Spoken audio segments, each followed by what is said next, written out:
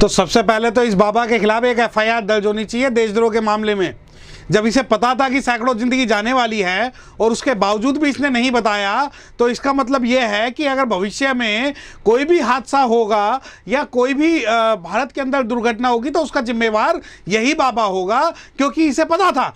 इसने कहा कि पहले ही मुझे इंट्यूशन हो रही थी कि ये चीजें होने वाली है। अब आप ये देखिए, बाबा खुद कह रहे हैं कि जैसे कृष्ण जी महाभारत को नहीं टाल पाए थे, उसी प्रकार मैं भी इस दुर्घटना को नहीं टाल पाया। अस्सलाम वालेकुम दोस्तों, मैं हूं शारिफ खान। आज मैं आपको बहुत बड़ी खबर बताने वाला हूं। कल मैंने वीडियो क्लिप दिखाई थी आपको, एक पंडित धीरेन्द्र शास्त्री बागेश्वर धाम वाले बाबा को लेकर के। उस मामले ने अब तूल पकड़ लिया है कि पंडित धीरेन्द्र शास्त्री को किस तरह से जेल भेजने के लिए अब SC ST OBC का समाज आगे बढ़ चुका है। कल मैंने आपको कुछ लोगों की वीडियो क्लिप दिखाई थी कि वहां पर जो SC ST के नेता है वो मांग कर रहे थे धीरेन्द्र शास्त्री के ऊपर FIR को लेकर, लेकिन अब बड़े बड़े SC ST के समाज के जो वकील हैं वो आगे बढ़कर के आ चुके हैं। इनसे बातचीत करेंगे, ये खुद आपको बताएंगे कि इस कानून के तहत कौन कौन सी धाराओं के अंदर धीरेन्द्र शास्त्री के ऊपर FIR दर्ज होगी और कौन कौन सी धाराओं के तहत इनको जेल जाना पड़ेगा। और इतना ही नहीं, जिस तरह से इन्होंने कबूल किया है कि होने वाली भविष्यवाणी के बारे में मुझे पता होता है, तो अब भविष्य में जब कभी भी कोई इस तरह की घटना होती है, हम दुआ करते हैं कि ऐसा नहीं हो, लेकिन भविष्य में कभी भी भारत के अंदर दुखद घटना अगर हुई तो उसका जिम्मेदार धीरेन्द्र शास्त्री होगा, क्योंकि इसने खुद कहा है कि मुझे पता है लेकिन मैं रोक नहीं सकता था। तो रोकने के लिए तो गवर्नमेंट चाहिए, सरकार चाहिए, पुलिस प्रशासन चाहिए, इसको थोड़ी ना रोकना था। कड़कड़डुमा कोर्ट के वरिष्ठ वकील हमारे साथ मौजूद हैं, ये आपको बताएंगे कि किन धाराओं के तहत धीरेन्द्र शास्त्री पे FIR होने वाली है और धीरेन्द्र शास्त्री के पाखंड को खोलने के लिए किस तरह से कानून का सहारा लिया जाएगा। भारत के अंदर चाहे कोई बाबा हो या कोई दूसरा व्यक्ति हो, कानून से बच नहीं सकता और इस तरह का अंधविश्वास फैला करके तो खास करके नहीं बच सकता। तो चलते हैं कड़कड़डुमा कोर्ट के वरिष्ठ वकील के पास। ये आपको जो भी बात बताएंगे ध्यान से सुनना, और इस वीडियो के अंदर इन्होंने जो कुछ भी बोला है इसकी सत्यता की पुष्टि हम नहीं करते, ये इनकी अपनी निजी राय है, इसकी जिम्मेदारी इन्होंने खुद ने ली है। तो शुरू करते हैं ये वीडियो।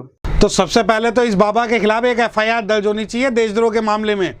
जब इसे पता था कि सैकड़ों जिंदगी जाने वाली है और उसके बावजूद भी इसने नहीं बताया, तो इसका मतलब यह है कि अगर भविष्य में कोई भी हादसा होगा या कोई भी भारत के अंदर दुर्घटना होगी तो उसका जिम्मेवार यही बाबा होगा, क्योंकि इसे पता था। इसने कहा कि पहले ही मुझे इंट्यूशन हो रही थी कि ये चीजें होने वाली है। अब आप ये देखिए, बाबा खुद कह रहे हैं कि जैसे कृष्ण जी महाभारत को नहीं टाल पाए थे, उसी प्रकार मैं भी इस दुर्घटना को नहीं टाल पाया। अरे बाबा, हम तुझे वहां खड़ा नहीं कर रहे थे ट्रेन की पटरी पे। कृष्ण जी तो उसमें थे, युद्ध के मैदान में थे। आप कौन से युद्ध के मैदान में हो? हम आपको ट्रेन की पटरी पर थोड़ी ले जा रहे थे। आपको तो एक कॉल करनी थी, एक पर्चा बनाना था, भारत सरकार को भेज देना था, और आप वो भेज नहीं पाए। और दूसरी बात, अब जब धीरेन्द्र शास्त्री इस बात को कहते हैं कि इन्हें पता था, तो कहीं ऐसा तो नहीं है कि बाबा जी आपका ही कोई षड्यंत्र हो इसमें? और षड्यंत्रकर्ता को ही पहले पता होती है। जैसे कोई आतंकवादी होता है ना, वो आतंकवाद की घटना करता है, उसके लिए प्लानिंग करता है, प्रिपरेशन करता है और उसे चीज़ें पता होती है। तो मुझे तो ऐसा लगता है कि अगर आपको पता था तो इस घटना के जो मेन कॉन्स्पिरेटर हो वो आप ही हो, और इस बाबा पर जितनी जल्दी हो सके मुकदमा दर्ज होना चाहिए। क्या कोई मुकदमा बन सकता है इन पे इस तरह से? बिल्कुल बन सकता है, मुकदमा बनेगा। एक मुकदमा इन पे पहले मुंबई में हो चुका है, जहां से मुंबई का मैदान छोड़कर भाग के आए थे, और फिर उसके बाद इन्होंने जो है उनको चैलेंज किया था जब मुकदमा दर्ज हुआ था। इस पर दूसरा भी मुकदमा दर्ज हो सकता है, जो कि IT के प्रावधानों में भी हो सकता है और दूसरे जो कानून है उनके बीच, उनके आधार पर भी हो सकता है। गोदी मीडिया, बिकाऊ मीडिया, मेन स्ट्रीम मीडिया जो है वो ये कहती है कि ये जो है मुस्लिमों ने किया है, हिंदू मुस्लिम का इसको रंग दे दिया गया। जब ये पता लगी कि वो मस्जिद नहीं है, मजार नहीं है, वो मंदिर है, तो उसके बाद ये बाबा पर आ गए, और बाबा पर आकर बाबा कहते हैं कि मुझे तो पता था। अरे बाबा, आपको इतना ही पता था तो आपको एफआईआर के बारे में क्यों नहीं पता था जो आपके खिलाफ हो गई थी, जिसमें आप मैदान छोड़कर भागे थे? अगर बाबा को इतना ही पता था घटना के बारे में, तो चलो ये तो आपकी शक्तियों का आज चैलेंज हो गया कि भविष्य में अगर कोई भी दुर्घटना अगर भारत में होती है तो उसका जो जिम्मेदार है ये बाबा ही होगा। तीसरी बात, ये अंधविश्वास फैलाने का जो काम कर रहे हैं, जो गैर संवैधानिक है और गैर कानूनी है, इनके खिलाफ तुरंत ही एफआईआर दर्ज होनी चाहिए।